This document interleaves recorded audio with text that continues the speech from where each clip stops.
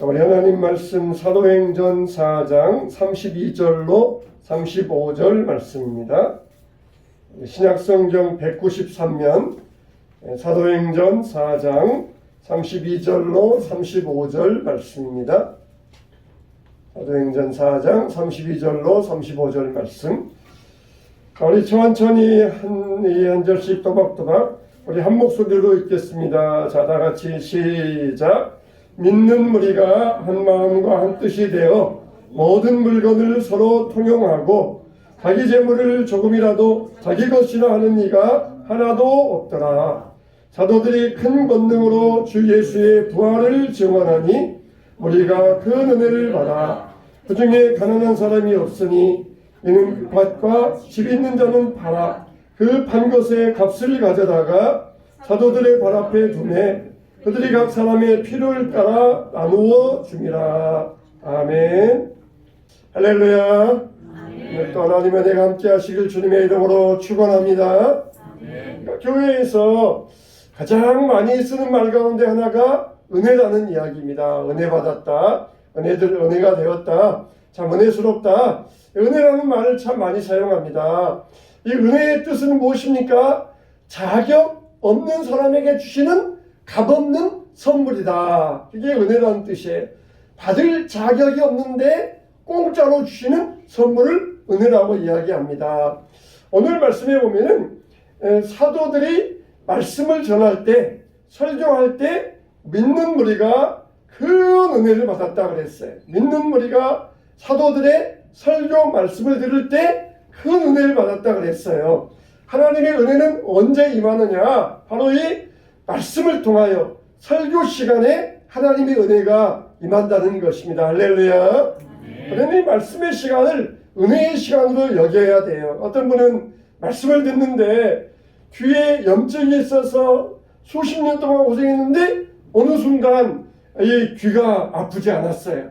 또 어떤 분은 눈에 희미해서 눈이 잘 보이지 않았는데 말씀을 듣고 은혜를 받는데 어느 순간에 눈이 밝아져서 분명히 안경을 쓰고 있었는데 안경을 쓰지 않게 되었어요. 또 어떤 분은 폐혈증이 있었는데 말씀을 듣는데 은혜가 임하더니 그것이 또 감쪽같이 어느 순간에 사라지고 말았어요.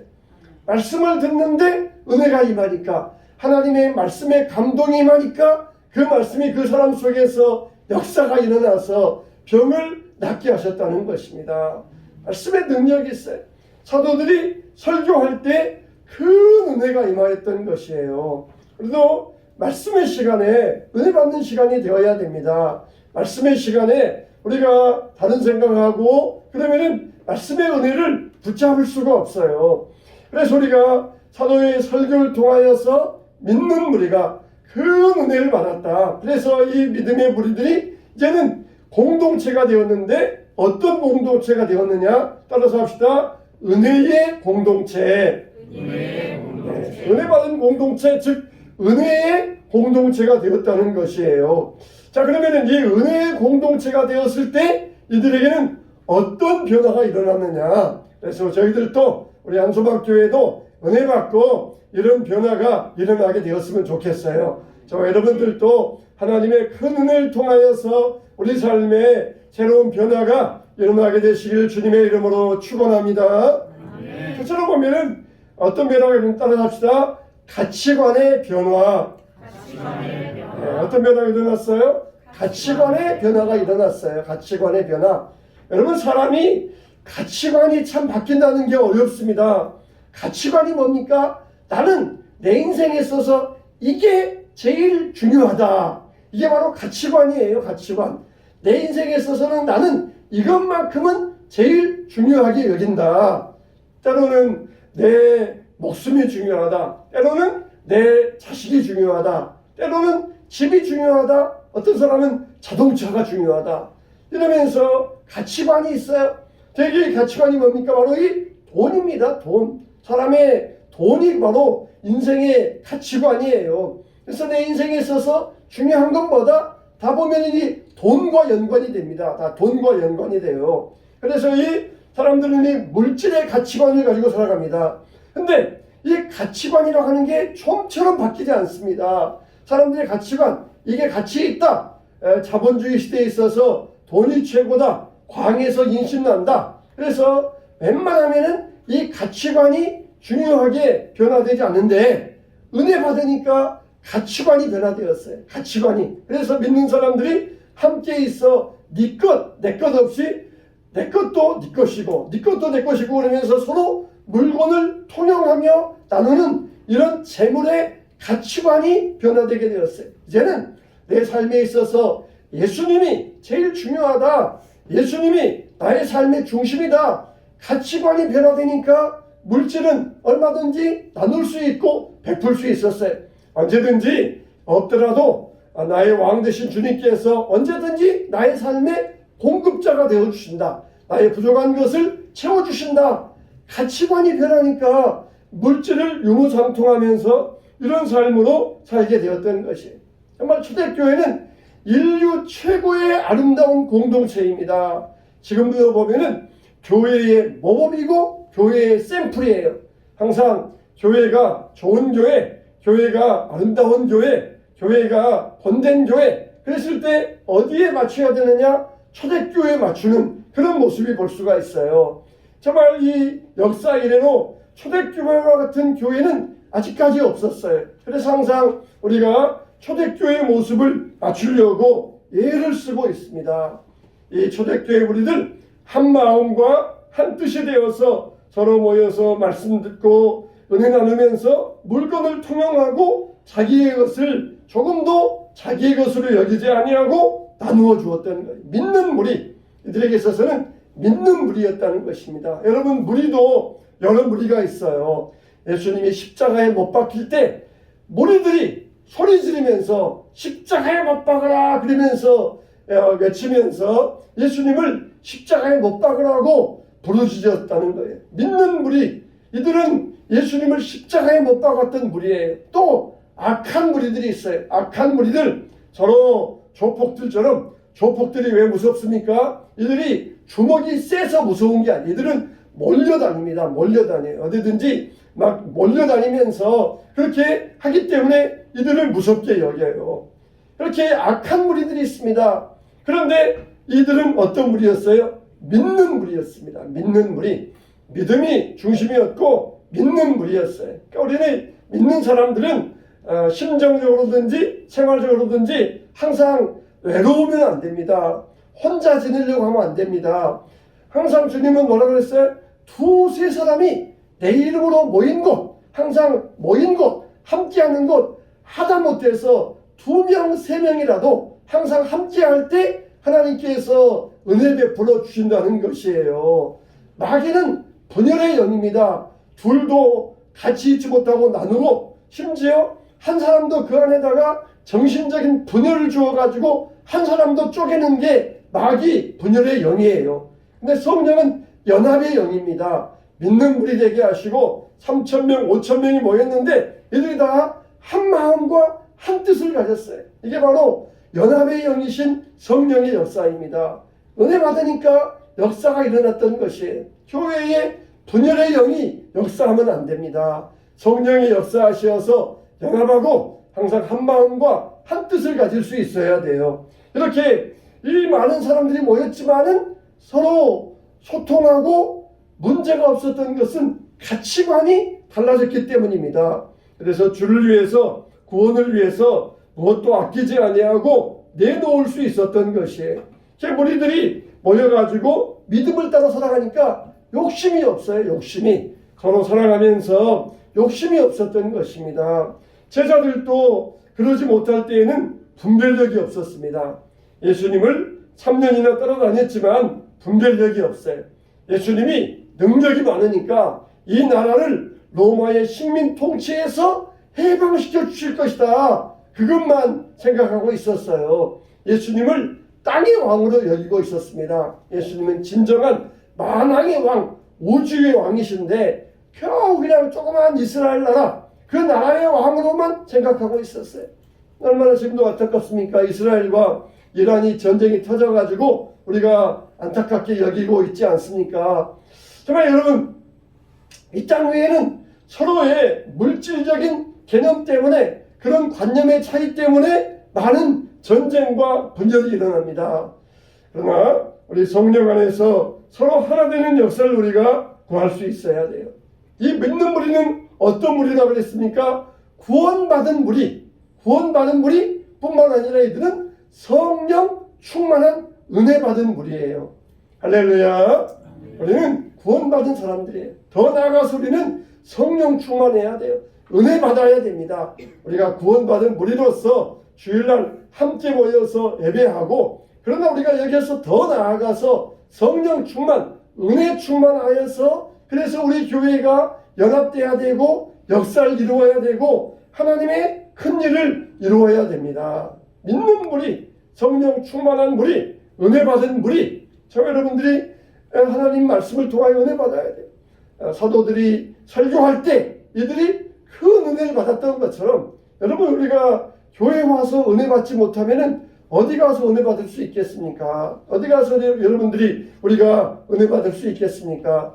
이 말씀의 은혜의 시간에 저 여러분들이 하나님의 은혜의 공급을 받아서 성령 충만케 되시기를 주님의 이름으로 축원합니다. 이와 같이 가치관이 변화돼요. 가치관이, 믿는 사람들은 가치관이 변화돼야 돼요. 어떤 사람은 그냥 한순간에 확 변하는 사람도 있어요. 그냥 믿자마자, 이 초대교회 때처럼 사람들이 믿자마자 그냥 가치관이 확 변화되어 가지고 예수님 중심된 사람이 있고, 어떤 사람은 그냥 서서히 변화된 사람도 있어요. 여러분들은 어떤 경우입니까? 대부분은 아마 서서히 변화되는 사람들일 거예요. 조금씩. 그러나 그것도 좋습니다. 이전보다 더 주님을 사랑하고, 이전보다 더 교회를 사랑하고, 가치관이 점점 예수님 쪽으로 간다. 이게 정말 좋은 현상이에요. 그러나 점점 반대로 가고 있다. 점점 예수보다 교회보다 세상이 좋고 물질이 더 좋아진다. 이거는 정말 큰일입니다. 그러면 안 돼요. 점점 반대로 가면 안 됩니다. 점점 예수님을 향하여서, 점점 교회를 향하여서 성령적으로 우리가 가치관이 나아갈 수 있어야 돼요. 두 번째로 이들에게는 어떤 변화가 일어났습니까? 부활을 증언하는 일을 시작했던 거예요. 부활의 증인으로서 부활을 전하는 일을 시작하게 되었습니다. 이 공동체는 어떤 공동체이냐? 부활을 증거하는 공동체였던 것이에요. 이 예수님께서 죽으시고 부활하신 다음에 사도들이 처음에는 백성들에게 너희가 예수를 십자가에 못 박았다, 그러자 이들이 큰 감동을 받습니다. 여러분, 우리가 감동적인 설교라 그러잖아요. 근데 이 베드로의 설교는 감동을 넘어서서 회개를 유발하는 설교였습니다. 이들이 가슴을 찢었다 그랬어요. 가슴을 찢었다는 것은 뭡니까? 말발굽이 사람의 가슴을 칠 때, 그때의 통증을 이야기합니다. 여러분, 말이 뒷발로 사람을 걷어차 보세요. 그러면 사람이 저리 멀리 나가 떨어집니다. 그때 가슴에 피멍이 들어요. 이 베드로가 설교했을 때 가슴을 치는 회개의 설교를 했다. 우리가 바로 예수님을 십자가에 못 박았구나, 그러면서 가슴을 찢으면서 회개했다는 거예요. 그런데 점점 이 사도들의 설교의 무게중심이 이동을 합니다. 어떻게 이동합니까? 십자가의 설교에서 부활의 설교로 이동을 해요. 가슴을 찢고 회개한 사람은 이제는 부활의 말씀을 증거합니다. 희망을 증거하고, 미래를 전하고, 생명을 전하고, 천국을 전하고, 부활의 설교의 말씀으로 그 설교의 이동이 일어나요. 이미 회개하고 거듭났으니까 이제는 다시는 가슴을 찢을 필요가 없고, 이제는 어떻게 합니까? 싸매어 줘야 돼요. 찢는 목적이 뭐예요? 싸매기 위해서 그래야 돼요. 몸속에 더러운 암덩어리를 수술하기 위해서는 찢어야 되잖아요. 찢어서 암덩어리를 제거한 다음에는 그대로 두면 되겠습니까? 다시 싸매어 줘야 되잖아요. 우리 속에 있는 더러운 죄악을 다 수술하기 위해서는 찢어야 돼요. 가슴을 찢어야 돼요. 그래야 그 더러운 죄덩어리들을 다 빼어낼 수 있고 수술할 수 있어요. 찢은 다음에 어떻게 해야 돼요? 그냥 두면 안 되잖아요. 다시 싸매어 줘야 돼요. 그래서 십자가의 설교로 찢은 다음에, 그 다음에 부활의 말씀으로 싸매어 주시는 것이에요. 저 여러분들에게는 뭐가 더 필요합니까? 우리 마음속에 암덩어리와 같은 죄덩어리 있습니다. 그러면 우리가 십자가의 말씀을 듣고 우리를 찢어야 돼요. 그러나 우리가 이제 이미 다 찢어냈어요. 이제는 하나님의 유로의 말씀, 부활의 말씀으로 다시 싸매임을 당해야 됩니다. 오라 우리가 여호와께 돌아가자. 그렇지 않았습니까? 그는 찢으셨으나 도로 싸매어 주실 것이요. 우리를 찢으셔요. 그래야 우리가 수술을 받고 그래야 우리가 치유받을 수 있게 찢으셔요. 뭘로 찢으십니까? 십자가로. 너희가 그 예수를 십자가에 못 박았도다. 니들이 그랬다는 거예요. 바로 내가 그랬다는 것입니다. 언제 내가 그랬습니까? 아직도 이 말씀이 남의 이야기처럼 들린다면 우리는 아직도 찢음받지 못하는 거예요. 바로 내가 그랬습니다. 내가 예수님을 십자가에 못 박았습니다. 그래야 우리가 찢음받게 되는 것이에요. 아직도 여러분 내가 예수님을 십자가에 못 박았다. 이게 깨달아지지 않고 있지는 않습니까? 바로 나 때문에 나의 죄 때문에 예수 그리스도께서 십자가에 죽으셨구나. 그래야 내가 찢음받을 수 있어요. 그리고 죄의 사함을 받고 예수님의 부활로 다시 깨끗게 됨을 얻을 수 있습니다. 우리들처럼 우리가 어찌할꼬 탄식하였을 때에 그들에게 회개하고 죄 사함을 받으라. 그러면서 이들에게 예수 그리스도의 회개와 부활을 증거해 주셨어요. 이들이 은혜 받으니까 어떤 변화가 일어났습니까? 내가 예수님을 십자가에 못 박았구나. 나는 정말 도저히 구제받을 수 없는 죄인이구나. 근데 예수님이 나를 구원해 주셨구나. 내가 용서받은 정도가 아니라 나의 죄값을 치러주시고 십자가에 돌아가셨구나. 나 같은 죄인이 어떻게 주님으로 주님의 은혜로 용서를 받을 수 있을까? 어찌 나 같은 죄인이 하나님 자녀 될 수 있을까? 어떻게 내가 예수님의 신부가 되고 그분과 한 몸으로 살아갈 수 있을까? 이제부터는 내 멋대로 살 수가 없구나. 주님의 신부로서 품격을 지키고 내가 이제 영부인이 되고 여왕이 되었으니까 내가 이제는 정말 고결하게 살아야 되겠구나. 이런 이 심정적인 결단을 하게 되었던 것이 정말 저와 여러분들은 우리의 삶에 있어서 부활의 증인들이 되어야 됩니다. 이제는 십자가로 찢음받았으면은 부활의 증인들이 될 수 있어야 돼. 사도들이 큰 권능으로 주 예수의 부활을 증언하니 마땅히 치러야 될 것을 갚았다는 이야기입니다. 증언하니 이것은 마땅히 치러야 될 빚을 갚아버리니 그런 뜻과 같아요. 우리는 복음을 전할 때 빚진 자의 심정으로 복음을 전해야 돼요. 빚져본 적이 있습니까? 여러분 빚져본 적이 있어요? 그런데 빚을 갚을 때 심정이 어떻습니까? 얼마나 시원합니까? 얼마나 마음에 돌덩을 하나 내려놓은 것처럼 얼마나 마음이 개운합니까? 그런 마음으로 우리가 복음을 전해야 돼요. 내가 돈이 있는데도 빚을 안 갚으려고 하면 이건 정말 나쁜 마음이에요. 근데 돈을 가지고 빚을 갚았을 때 얼마나 상쾌합니까? 얼마나 기분 좋습니까? 우리가 이 부활의 복음을 가지고 있으면서도 전하지 않으면은 돈을 가지고 있으면서도 빚을 안 갚으려고 하는 그런 나쁜 심보예요. 우리는 빚을 갚는 심정으로 복음을 전해야 됩니다. 내가 복음을 전할 때 예수님이 당신을 사랑하십니다. 당신을 위하여서 십자가에 죽고 부활하셨습니다. 그럴 때 이 부활을 전할 때 빚을 갚는 심정으로 하니까 내 마음이 기쁘고 내 마음이 시원케 되는 것이에요. 이게 바로 은혜 받는 사람, 은혜 받는 공동체의 믿음의 특징입니다. 빚을 졌으면은 빨리 갚아야 되잖아요. 그냥 어떻게든지 갚기 위해서 노력하는 것처럼 우리는 정말 빚진 자의 심정으로 이 부활의 증인들이 되시기를 주님의 이름으로 축원합니다.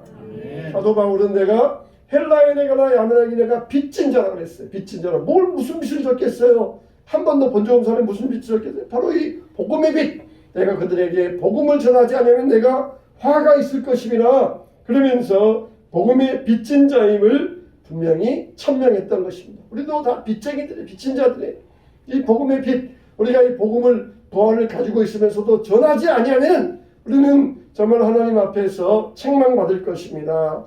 세 번째로 이 은혜의 공동체에는 어떤 일이 일어났습니까? 가난한 자들이 없더라 그랬어요. 이건 무슨 말입니까? 모두가 축복된 삶을 살게 되었다는 것입니다. 모두가 풍성하고 부유해지게 되었다는 것이에요. 축복받는 삶을 살게 되었다. 은혜 받게 되니까 복된 삶을 살게 되었다. 이건 무슨 말입니까? 갑자기 모든 사람들이 다 수억씩 벌게 되었다는 것이 아니라 넉넉해졌다는 거예요. 여유가 있어졌다는 것이에요. 여러분 정말 보면은 믿는 사람들은 여유가 있습니다. 똑같이 직장 다니면서 똑같은 수입인데 불신자들은 그냥 맨날 그냥 허덕거리는데 왠지 모르게 믿는 사람들에게는 여유가 있어요. 여유가 있어요. 여러분 보면은 그래도 우리 믿는 사람들은 어떻습니까? 교회에 오면은 헌금 드려야 되잖아요. 헌금 드려야 되잖아요. 그런데 안 믿는 사람들은 그러지도 않으면서도 빡빡해가지고 여유가 없어요.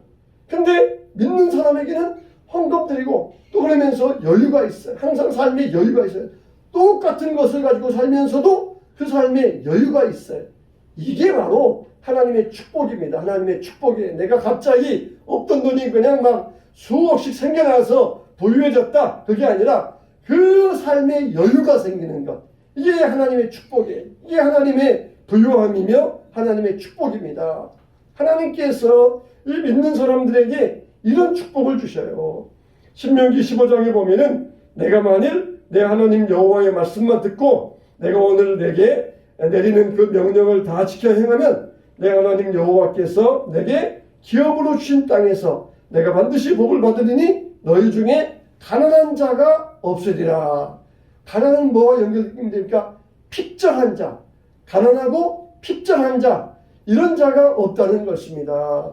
그러나 하나님이 우리에게 주신 축복은 항상 넉넉한 여유의 삶이에요. 그래서 하나님께서는 이 약속의 말씀대로 너희 중에 가난한 자가 없게 하시겠다. 이것을 약속하신 말씀의 성취가 바로 이 사도행전 4장의 말씀입니다. 저와 여러분들에게도 이런 축복이 임하게 되시길 주님의 이름으로 축원합니다. 우리 하나님께서는 우리에게 이런 삶의 믿음의 여유를 주시는 것이에요. 고통당하는 한나 한 사람 때문에 한나의 기도를 들으시고 그 한나의 가정에 아들을 주신 것뿐만 아니라 그 아들을 통하여서 이스라엘을 구원하게 하여 주셨던 것입니다. 여러분 정말 어떤 면에 있어서 우리에게는 이 물질에 부족한 것도 축복이에요. 그럴 때 하나님 앞에 나와서 간구하게 되고 하나님께서 주시는 여유의 축복을 여유의 은혜를 누리게 되는 것입니다.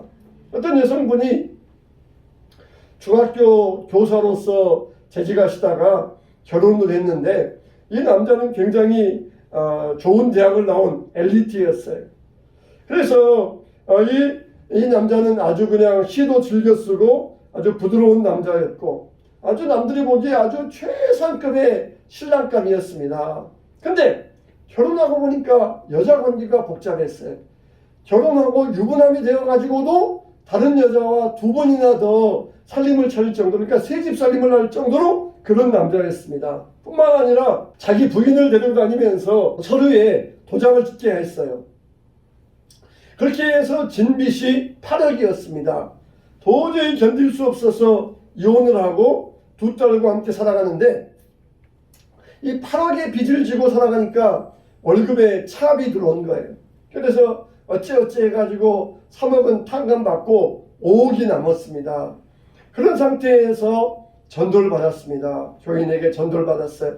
아무개 엄마 정말 이 지하 이 물 새는 방에서 어린 두 딸 데리고 살아가는 게 얼마나 힘들어. 교회 와봐. 그러면은 문제 해결될 거야. 교회 와서 은혜 받으면은 문제가 다 해결돼.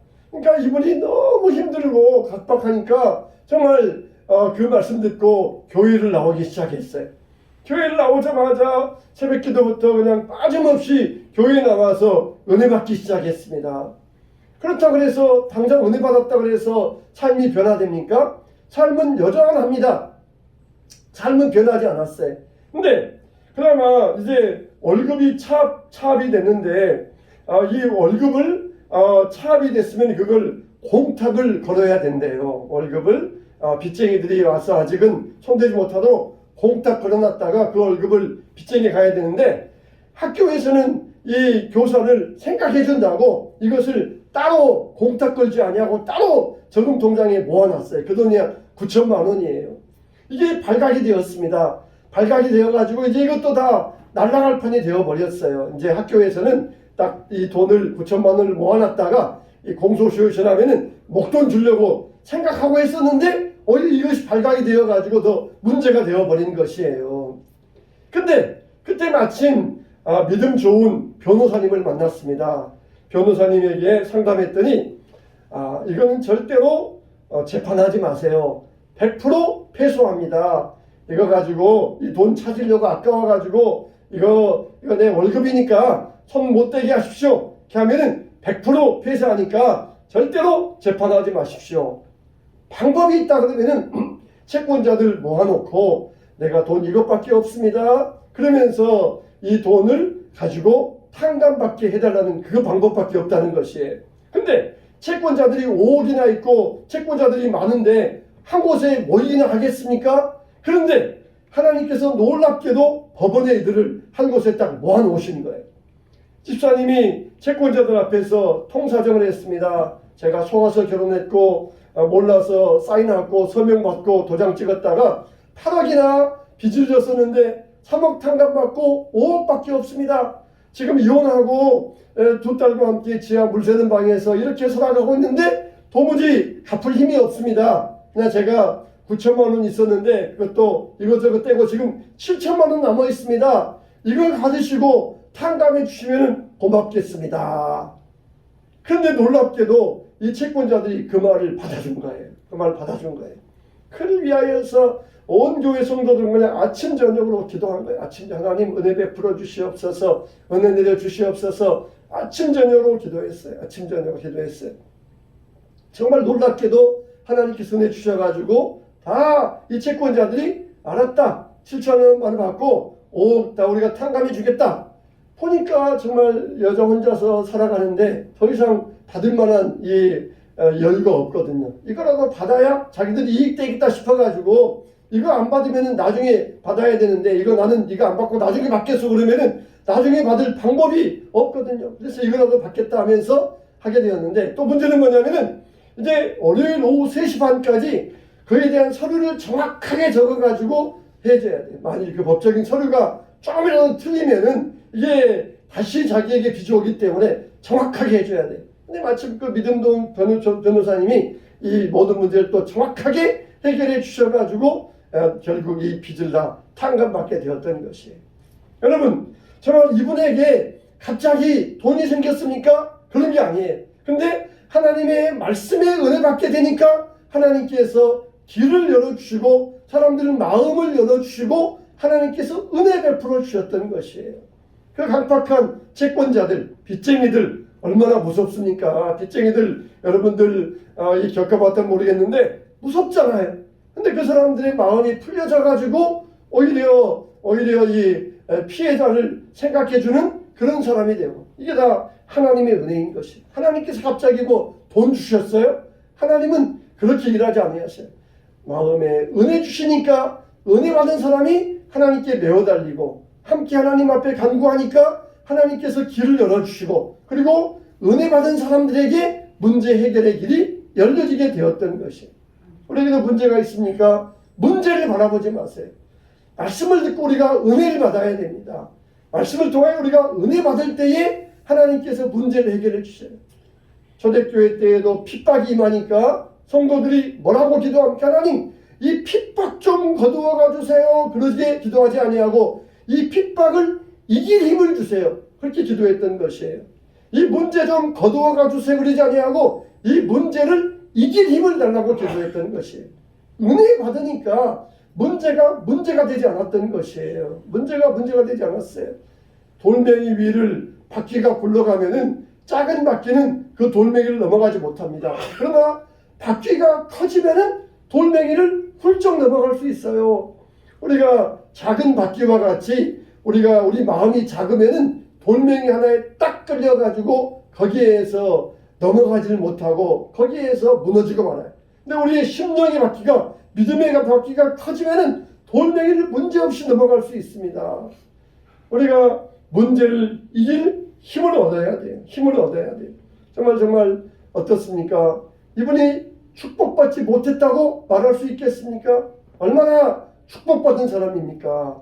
100억을 탕감받은 사람과 1억을 탕감받은 사람이 있어요. 근데 100억을 탕감받은 사람은 자기 재산이 원래 100만 원이 있었어요.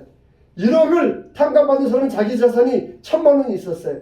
나중에 탕감받고 나니까 누가 돈이 더 많아요? 1000만 원 가진 사람이 돈이 많아요. 그랬더니 100억을 탕감받고 100만 원 남은 사람이 불평합니다.